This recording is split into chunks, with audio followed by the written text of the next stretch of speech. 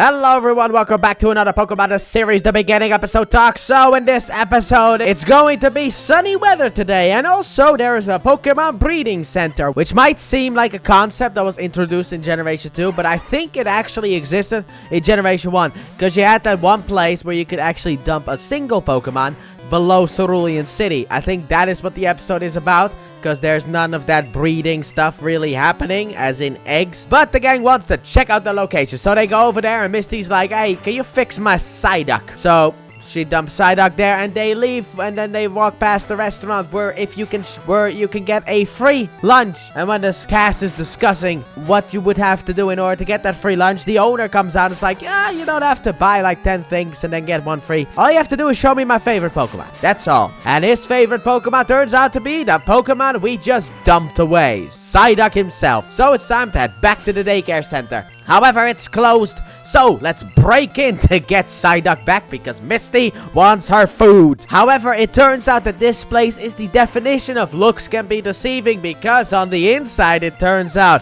the Pokemon that are left there are not full of love, but instead they're thrown into cages. And it turns out that it's a Team Rocket operation without Jesse and James. Yes, we get Jesse and James, but better, with Cassidy and Blake. And also, Giovanni has no faith in Jesse and James, which I thought that was a funny little thing to add in there. However, when the gang figures that out, they want to take pictures in order to show the police to have proof. So they take pictures, but why does Todd use his flash? Come on, dude.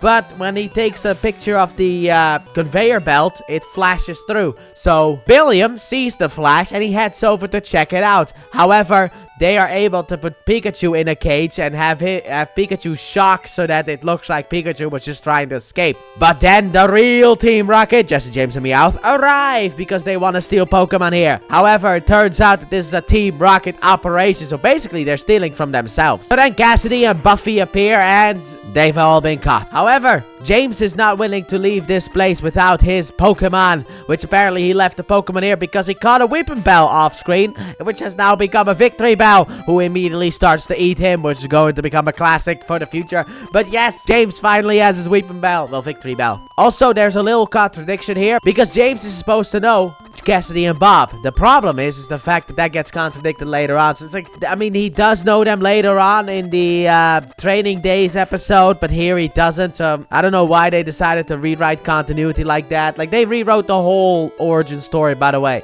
for Jesse and James. Like, everything that you know so far, it's all been lies. They met at the academy and they already knew Cassidy. That's just it. But everyone gets put into cages, and afterwards, Cassidy calls the cops, and everyone gets shipped away as the criminals that they are. Except for Misty. So Misty now has to find proof in order to catch the bad guys. So she decides to put on a disguise and have Pikachu search in the daycare center for the camera, because of the fact she's like, right, the camera. However, there's one thing that I do find funny because of the fact that, you know, Misty hides Pikachu in her jacket. It's like Pikachu jumps out, and then Cassidy comes back. It's like, here's your Psyduck. And it would have been funny if she was like, Madam, why does it appear that your bosoms have shrunk? What happened?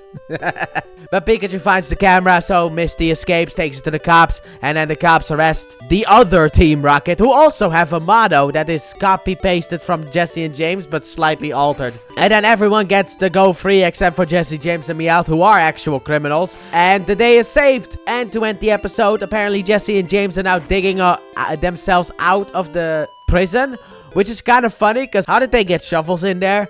And also, Todd decides to leave the group. But we'll see him again. Don't you worry about it. It's going to take a bit, but we will see him again. And that's where the episode ends. So back on the road to Cinnabar Island. And overall, I thought this episode was fun. Also, about Cassidy. I can fix her. She was like the first person, I feel like, in my life where I was like, yeah, I can fix her.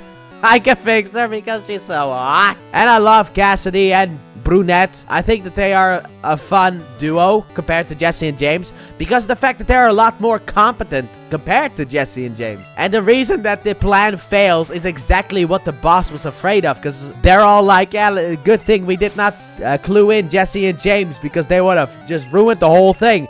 And it's like, Jesse and James break in and ruin the whole thing. Even though the gang being there would have ruined everything anyway. But I thought this was a very fun episode, and this is not the last time we will see the two of them. We will see them throughout the show, and they even are the main bad guys. I guess the Jesse and James equivalent of Pokemon Chronicles that we will be taking a look at later on as well. But overall, I thought this was a very fun episode, and that Chef having the favorite Pokemon be Psyduck, which, by the way, they did get that free meal, but that's just funny. It's like the moment that Misty finally gets rid of Psyduck, she needs Psyduck. It's just, what are the odds? But overall, I thought this was a very fun episode, so let me know what you guys thought in the comment section down below. And with that being said, thank you all so very much for watching, and I do hope you guys have enjoyed, and if you did, please like button, subscribe if you're new, if you're not already, turn on notifications, and don't forget to check out the Let's Play channel, link in the description, and at the end of the video, and I'll see you guys next time when we finally make it to Cinnabar Island. Bye!